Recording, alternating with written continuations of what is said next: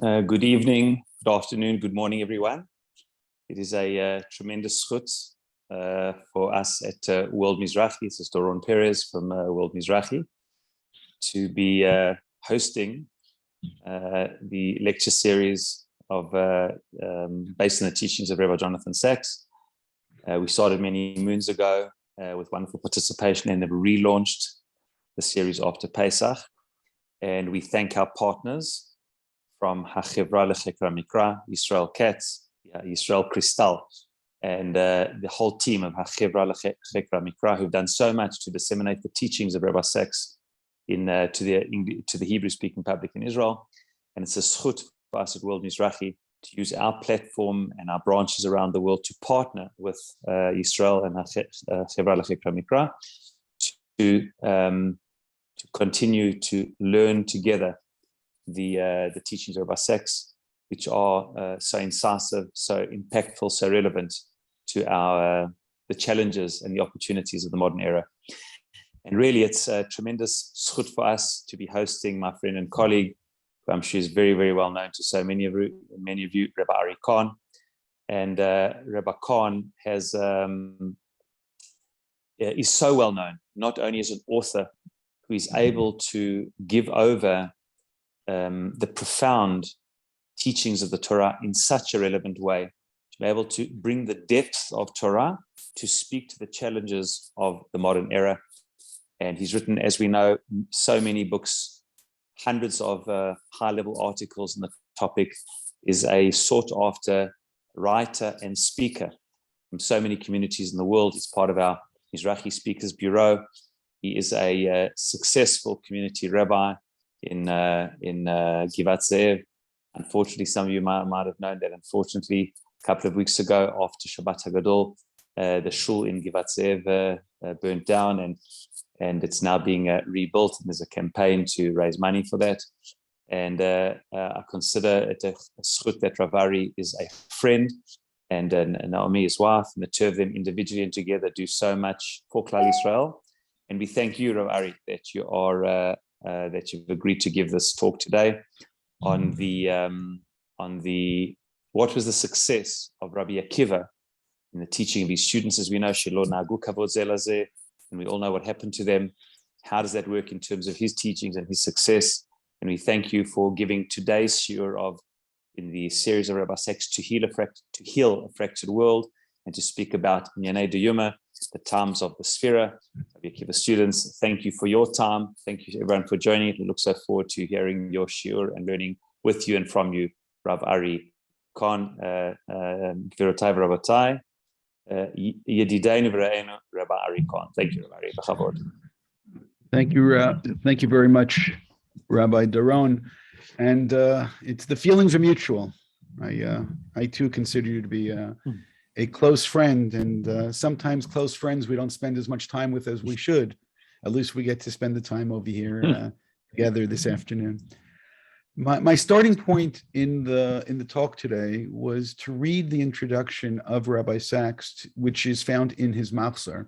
I don't know originally in what context he wrote this, but he wrote about Pesach, and he wrote about time specifically, and then he went into a talk about the Omer, and he spoke about Rabbi Akiva and his students.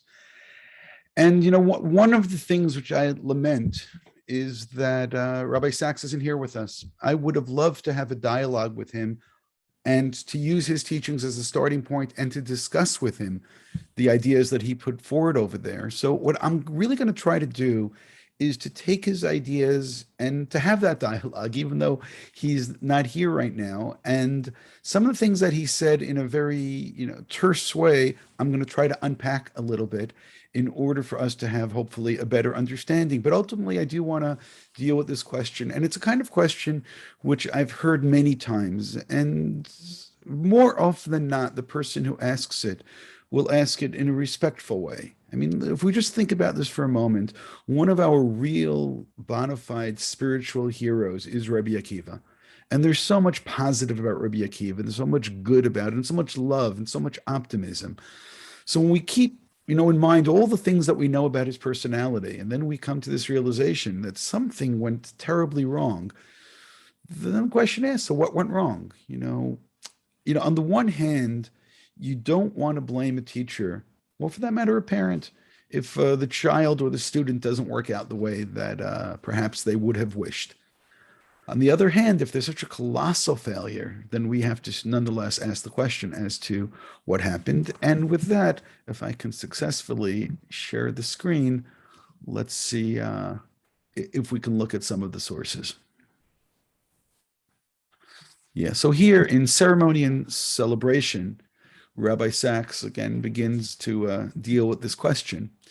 And in section 3 here, Surviving Grief, he tells us about the morning of the Omer. And again, please don't take this wrong when I say he correctly points out, as if it's a chutzpah for me to say that. But I just want to emphasize, what he's saying is absolutely correct historically, that even though Rabbi Akiva students died, we have a silence for a relatively long amount of time regarding how we respond to that.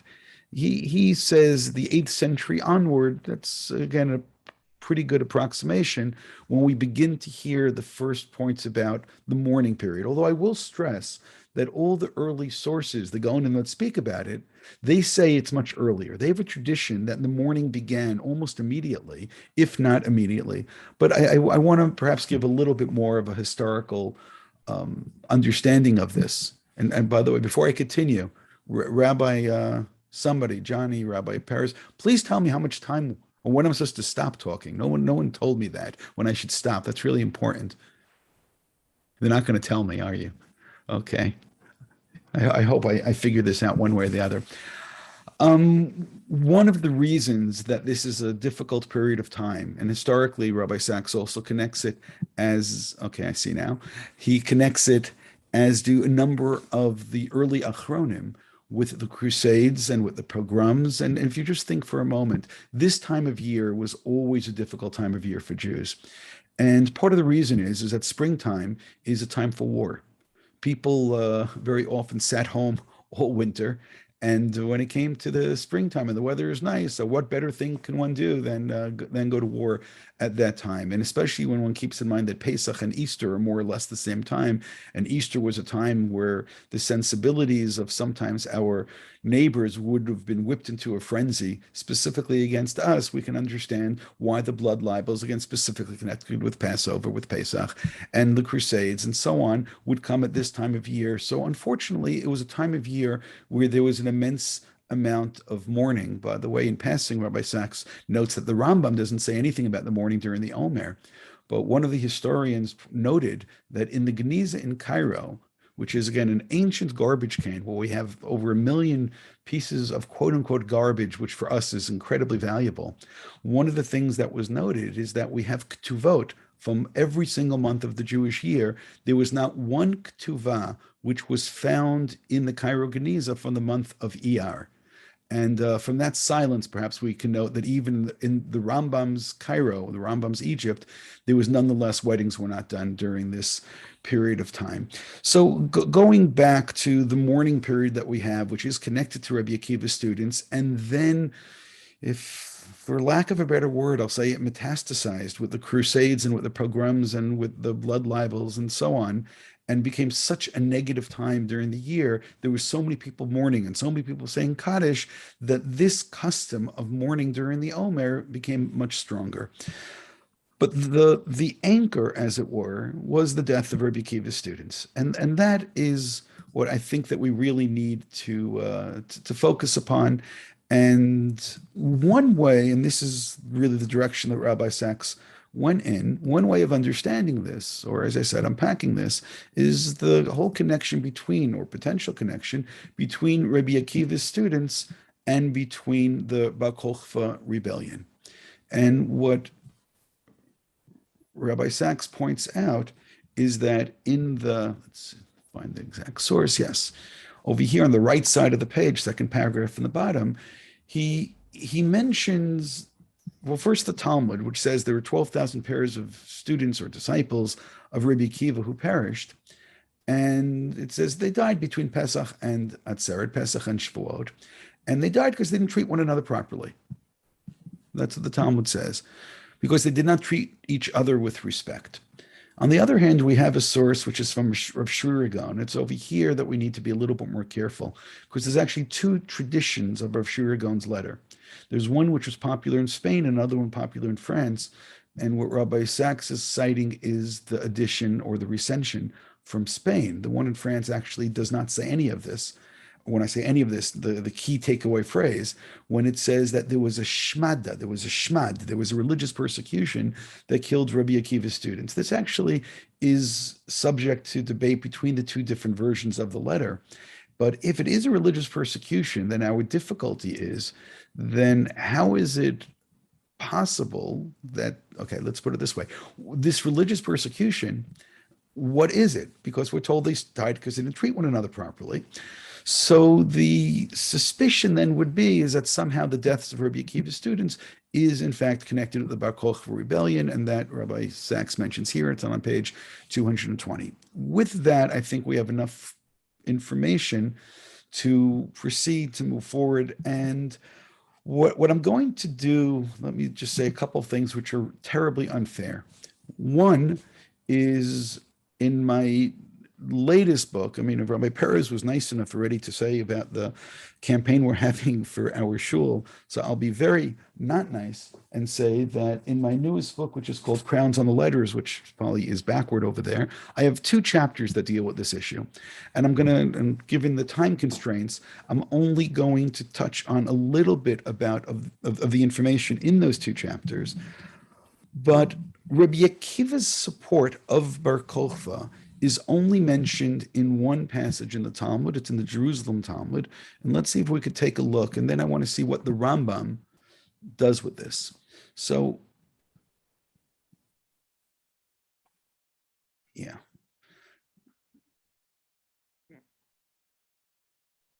It's found over here in source number 12 in front of us. Tani Reb Shimon ben Yochai.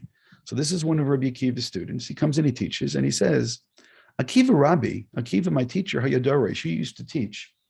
Darach Kochav Miyakov, a star will come out of Yaakov. By the way, that is how Bar Kokhba got his name, Kokhba. His name is not Kokhba. He's a historical figure. We have documents with his signature, and his name was Bar Kospa. You'd spell in English with an S. In Talmudic literature, he's called as the next 2 words, Kozba, which indicates disappointment. So Rabbi Akiva took the name Kosba and called him Kochva, and then afterwards Rav Shimon ben Yochai is calling him Kozba, which is the only way he's referred to in rabbinic literature. The church fathers refer him actually as Bar Kokhba. Derach Kozba miyakov. Rabbi Akiva, kad havichami Bar Kozba, Rabbi Akiva would see this Bar Kozba or Bar Kokhba, Hava Amar, he would say, Dain hu Malcha Mashiach.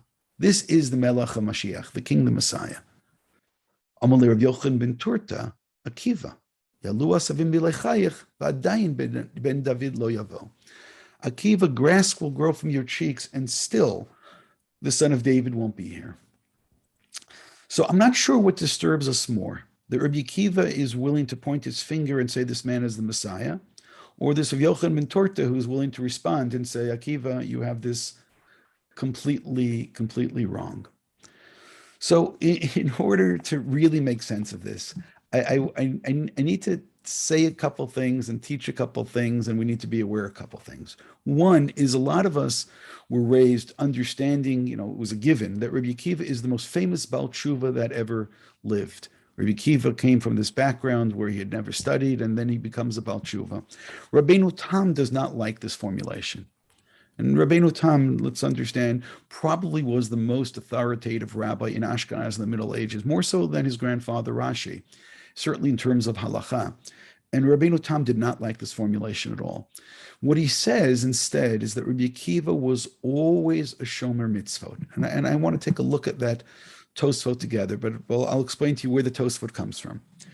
We know the famous romantic story of Rabbi Akiva and his wife. His wife, the daughter of Ben Kalva Savua, engages him, as it were, and says that I would like to marry you if you agree to go to yeshiva. And Rabbi Akiva then agrees. And that itself is interesting because she sees this ignorant shepherd as being somebody, the Talmud says, somebody who was very modest, but also somebody who is of superior character. Nonetheless, there's another passage in the Talmud, in a different place, where Rabbi Akiva says that when I was in Am Haaretz, right, back in the good old days, if I can get my hands on a rabbi, I would take a bite of him like a donkey. And his students say, Rabbi, like a donkey? Say like a dog. And he says, no, a dog only takes a piece of flesh, a pound of flesh, as it were, while a donkey breaks bones. So Tosfot asks the obvious question: how could it be said that Rabbi Akiva was such a person of superior character if he says that he would attack rabbis? So what Rabbeinu Tam answers is that Rabbi Akiva's approach to rabbis was because he saw how poorly they behaved, and he saw how much they hated common people. There's also a fascinating passage in the Talmud which most likely refers to Rabbi Akiva, which tells us what a fine individual and fine character he had before he ever learned anything. Which means that by the time we're finished with this Tosfot, and if you like, we will take a look at it. Tosfot is over here in source 11.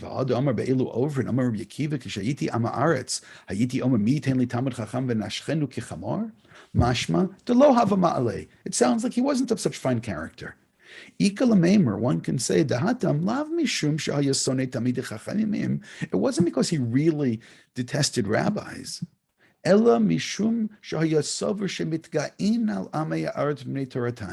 rabbis, the elite, the intellectual elite, that they were proud and they acted in a way which was really morally reprehensible towards the common folk. And the rabbis, the Talmidei Chachamim, hated the common folk.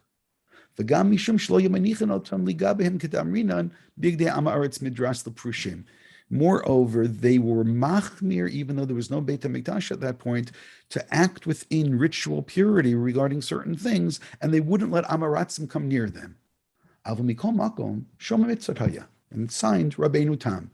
So Rabbi Akiva was a fine character. He just didn't like the way that the rabbis were so haughty. He didn't like the way the rabbis were so arrogant. And what then emerges is the reason Rabbi Akiva didn't want to become a rabbi is because he liked the common folk. He didn't want to become an intellectual, and sometimes intellectuals are people who are not so kind and not so nice and not so decent. And Rabbi Akiva, being so decent, did not want to fall into that trap. Nonetheless, he listened to his wife, and one day he joined them. The tragedy then would be that if his students really were people who did not treat one another properly, it would be that despite Rabbi Akiva's teachings, that nonetheless something fell short. And it's at this point that, again, I want to pause so that I'm not going to be overly confusing. It's a little hard for us to imagine 24,000 times his students not behaving properly, and one after another die. And it's because of that there have been those, including Rabbi Sacks, including many, many authorities, who have felt that we should follow this lead of Rav Shrira, who says that there was a shmad, there was a religious persecution, and therefore lead this directly to a time that we know that many people died, namely the Bar Kokhba rebellion. So therefore, Rabbi Akiva, and again, now I want to look at the language that the Rambam uses when he describes this. The Rambam, following our passage, says, source 15, one should not imagine for a moment, Shemelech Mashiach, that the Messiah needs to do wonders or miracles or make new things in the world, or bring the dead back to life, or anything like this. It's not the case. Rabbi Akiva was the greatest of the time of the Mishnah. And now listen to the turn of phrase. And he was an arms bearer of Ben Koziva or Bar Kokhba. And he used to say that man will be the Messiah or is the Messiah. And he and the entire generation believed that he was the Messiah until Bar Kokhba was killed. Once he was killed, they then realized he wasn't. And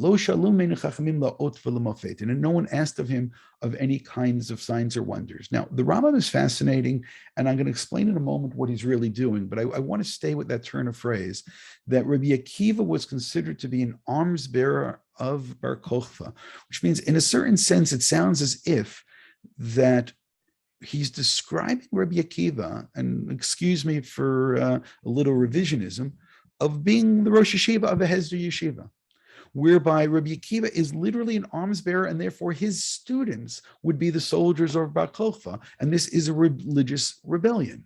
And therefore, it's not just religious rebellion in order to get a new king, in order to get the Mashiach, which means that Rabbi Akiva's students, supporters, followers of Bar Kokhba are all part of this religious war which is taking place, and therefore this ends up falling short. By the way, this individual, Rav Yochanan ben Torta, who it could be that we've never heard his name before, he actually is the author of a very famous teaching which may help us a lot. All of us have heard, I suspect, that the first temple was destroyed because of 3 sins. They were guilty of murder, they're guilty of idolatry, and they're guilty of sexual sins.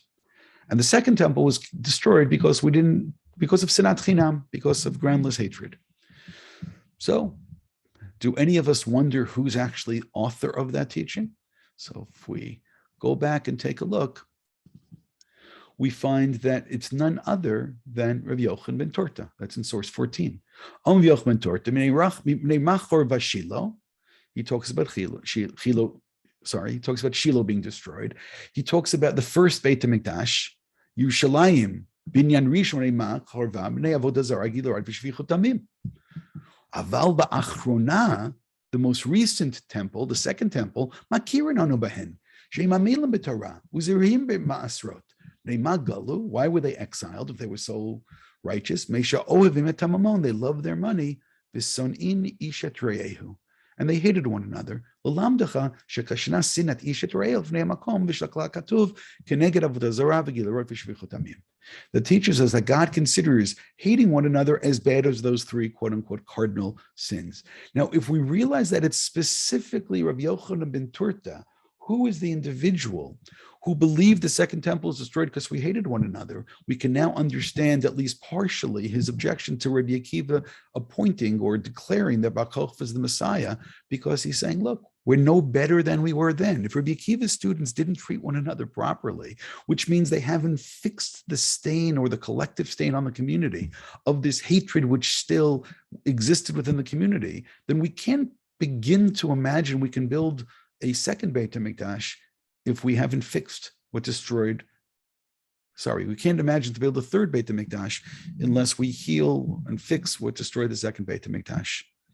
There was a Zionist author, a very unlikely Zionist author who deserves more attention.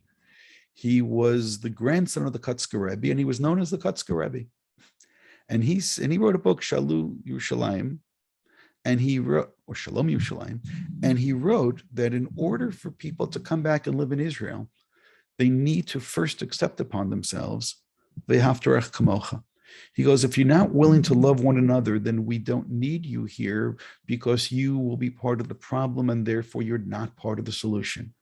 It's an incredible statement, and maybe it sets the bar very high, or maybe it focuses on what we need to do.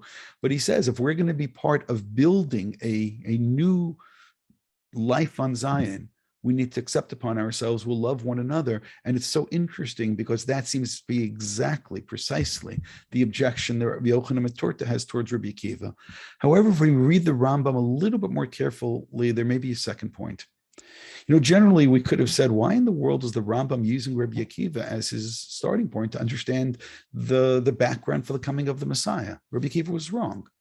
So apparently what the Rambam is saying is Rabbi Akiva was wrong in terms of the prognosis, but not in terms of the diagnosis, which means the diagnosis of what the Messiah, what Mashiach needs to do, Rabbi Akiva says does not need anything miraculous. On the other hand, Rabbi Yochanan ben Torta seems to be of the position that absolutely Mashiach needs to do something which is miraculous. And perhaps in order to understand this, and then we'll get then to the heart of religious Zionism with this observation, Rabbi Yochanan ben Torta is actually Well, let me say this a little differently. There is a midrash, which perhaps is famous, perhaps it's unknown, but it's talking about the paraduma. It's in source 16 over here, and I'm not going to read the whole thing. It tells us over here that once upon a time, there was a Jew who had a cow, and the cow would work 6 days of the week and rest on Shabbat. And this Jew went bankrupt and had to sell his cow, and he sold it to a non-Jew, and the non-Jew used it for 6 days. The 7th day comes, and the cow refuses to get up. So the non-Jew decides the cow must be injured or damaged in some way. He goes back to the Jew and says, listen, I want my money back. The Jew understood that it was because of some type of behavior modification that the cow knew not to work on Shabbat. And therefore he goes to the cow and he whispers in its ear and he says, cow, you got to work now. The cow gets up and starts to work. It says at this point, the non-Jew becomes very, very frightened. And he says, what did you do in its ear? He could even say, what did you say to it? He says, what did you do in its ear? I'm by around 6 or 7 lines from the bottom over here. He says, he goes, I was hitting it. Then the Jew tries to calm him down. I didn't do any magic, but this is what I said in its ear. And it got up and worked. And this non-Jew became quite frightened. Amar, and he says, what if a cow can recognize that God created in 6 days and rested on the 7th?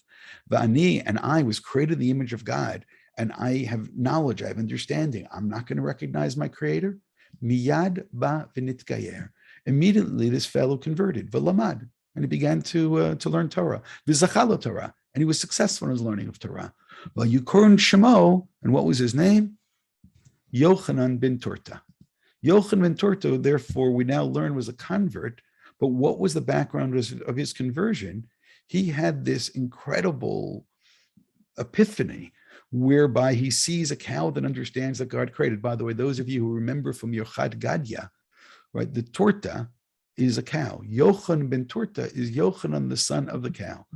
The Ad Achshav, Rabbeinu Amar Lacha Mishmo. And until this very day, the rabbis are still teaching ideas in his name until today, which means essentially the argument between Rabbi Yochanan ben Torta and Rabbi Akiva was really, he said, Rabbi Yochanan ben Torta says, Akiva, grass will have to come from your cheeks and still the Messiah won't be here.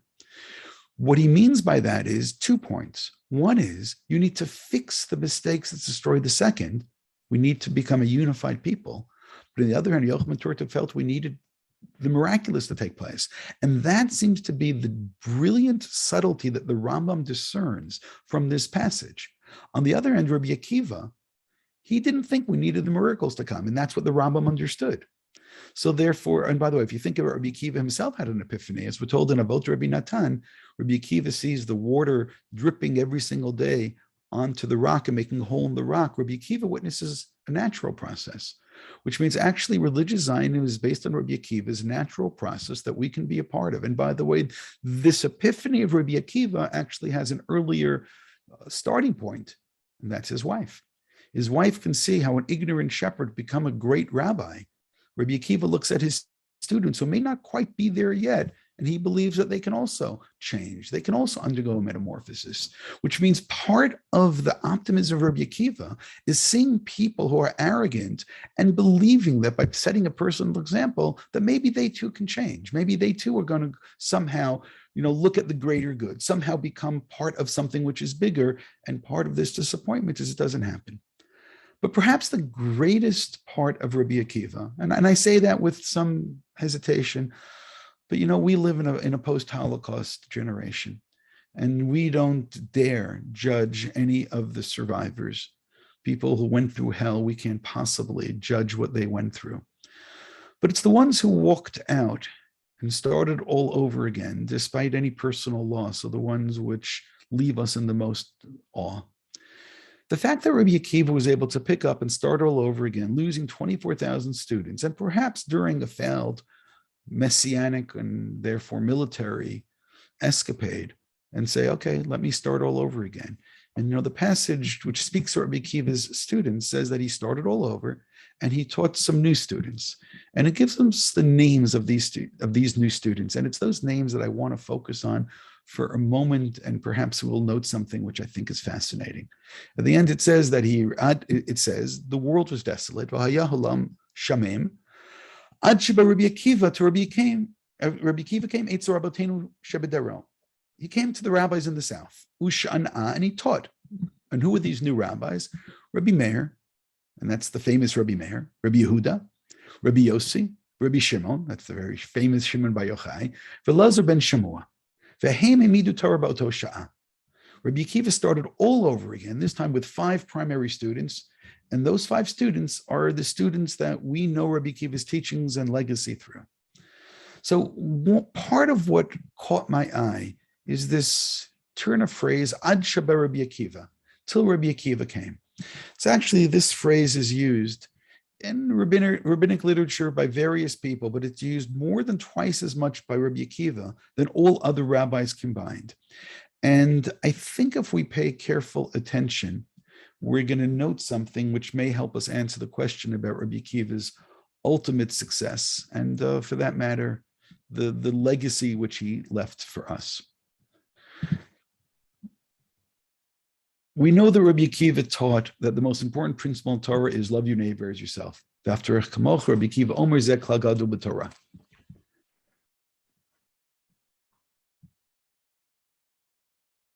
We'll skip a little bit over here. In source number 7, we find that there was a question: what do you do with the word et HaChevra LeCheker HaMikra? What does the et come to teach you? Kedetanya, we learned in the Braita, Shimon ha'amsoni ba'amrila Nehemia amsoni adorish kol itin or etin shebetorah. Anytime it said et, he learned. Kevin shagia le'et HaChevra LeCheker HaMikra perish. And I can't translate et in English. He stopped. Amalu tamidav, Rebbe, kol etin shadarash tamate aleim.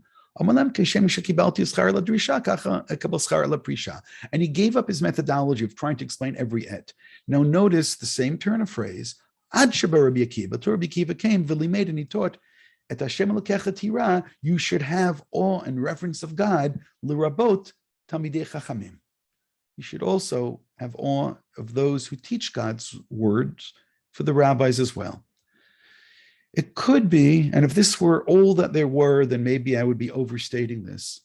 But it could be this is already Rabbi Akiva teaching his new students. Remember, when he came to the new students, Ad Sheba Rabbi Akiva Rabbeinu Shebederel. Again, over here, it's until Rabbi Akiva arrived and he taught, and he stressed that one must also have respect for not just God, but also those who teach God's words.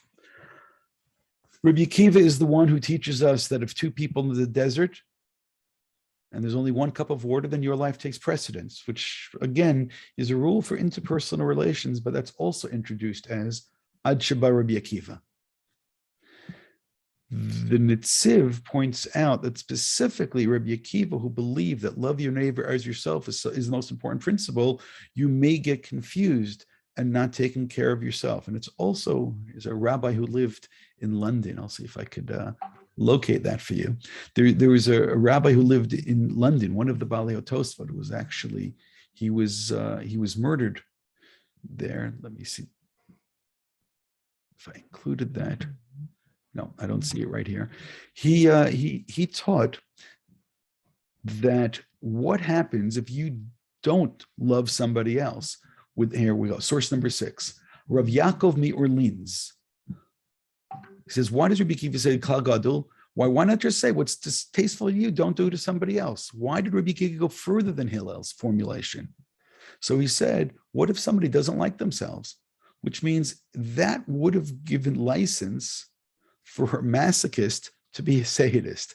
Therefore, it had to be not just what's distasteful you don't do to others. It had to actually be actively love your neighbor as yourself. It had to be a bit more inclusive. But this is really what I want to note. Rabbi Akiva we'll move down a little bit more over here. Yes. In source number 15, when it talks about something very, very perhaps narrow in Jewish law, how a woman during the time of nidah, of menstruation, where there can be no physical intimacy, in terms of what is the law in terms of her dressing up and looking nice and putting on makeup. And we're told over here the original halacha, source 15, Zakenim Rishonim Amru, the original rabbi said, Lo tichol, she should have put makeup on, but lo tifkos, v'lo titkashet b'vgdei tzuin. Don't put all the nice clothing on. Ad sheba Rabbi Akiva v'limed, im kenat ha'meganeh al ba'ala.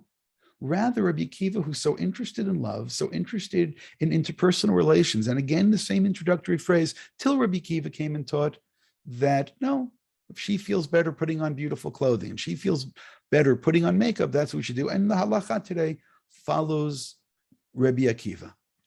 We're told in source 18, Rabbi Akiva said, if somebody marries somebody who's not appropriate for them, Rabbi Akiva Omer, Kol Nosi Isha She'einu Mehugenet Lo, then he breaks a cluster of laws.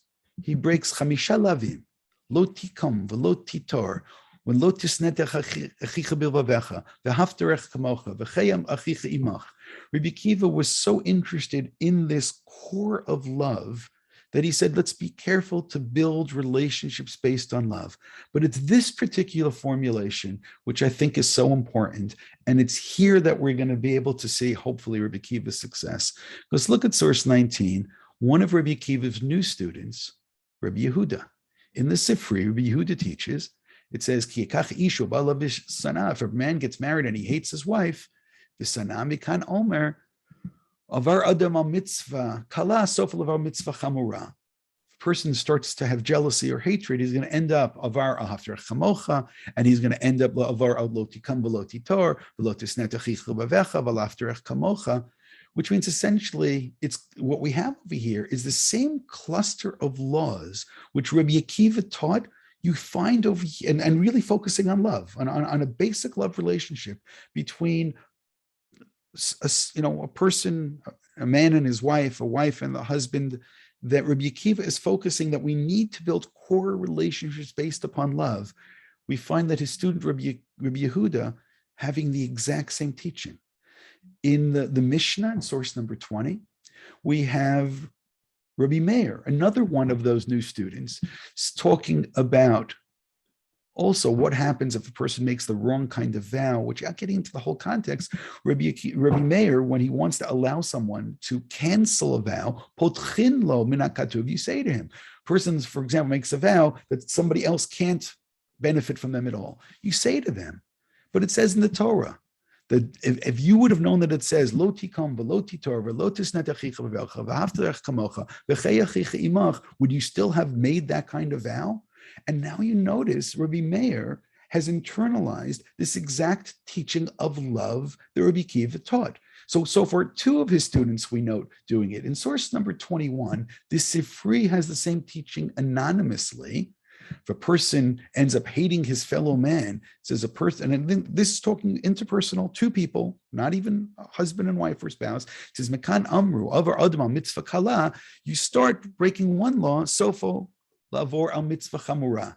Person breaks v'haftarech kamocha, they end up lo tikam v'lo titor, taking revenge, bearing a grudge, v'lo tisnet achicha, that you're going to hate someone in your heart, v'chei achicha iman, ad sheyavo lidei shvichat hamin, that these things, as the word I used earlier, metastasize, and these relationships end up falling apart. And it all breaks down because we have a lack of love in our lives.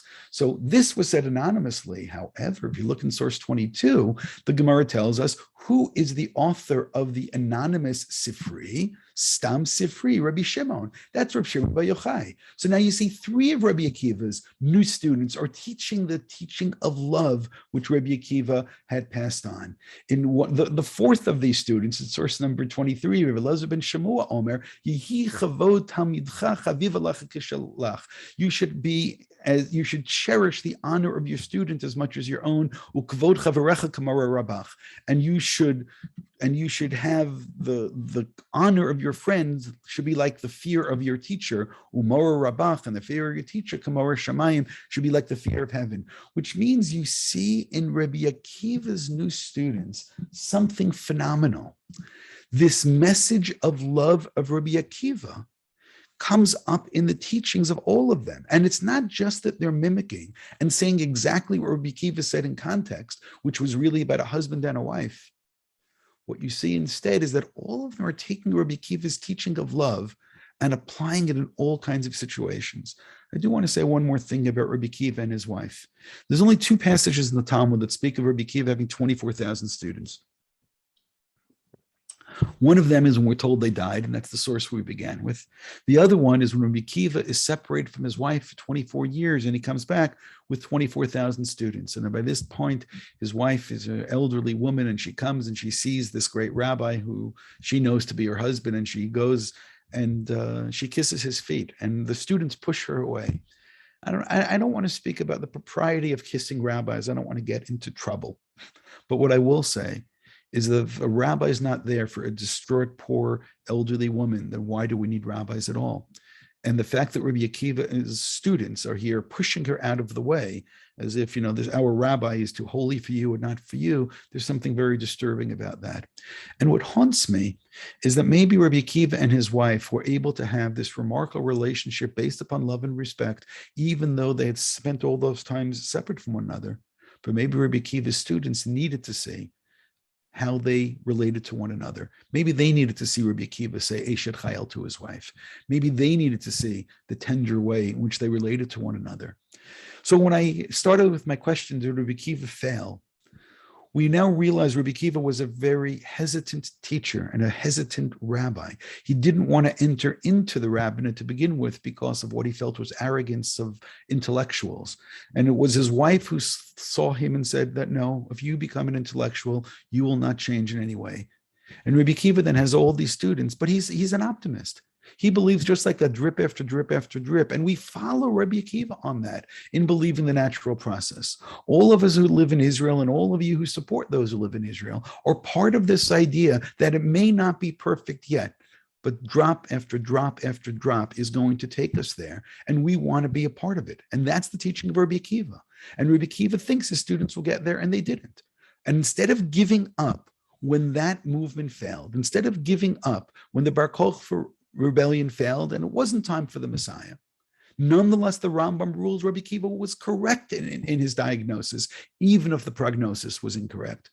Rabbi Akiva doesn't stop. He doesn't give up. He doesn't stop teaching. He doesn't separate from society. He keeps on teaching. And what message does he keep on teaching? He keeps on teaching a message of love. And was he successful? Absolutely 100%, as we can see all of his new students who internalize that teaching of love, and that's the teaching which they continue to teach on till this very day, which means we are all students of Rabbi Akiva. We need to be optimists. We need to understand, even if we're not there, we need to know how to get there, but we also need to know that the core of getting there is respect. The core of getting there is love. The core of getting there is to keep on teaching and accepting upon ourselves this message of love.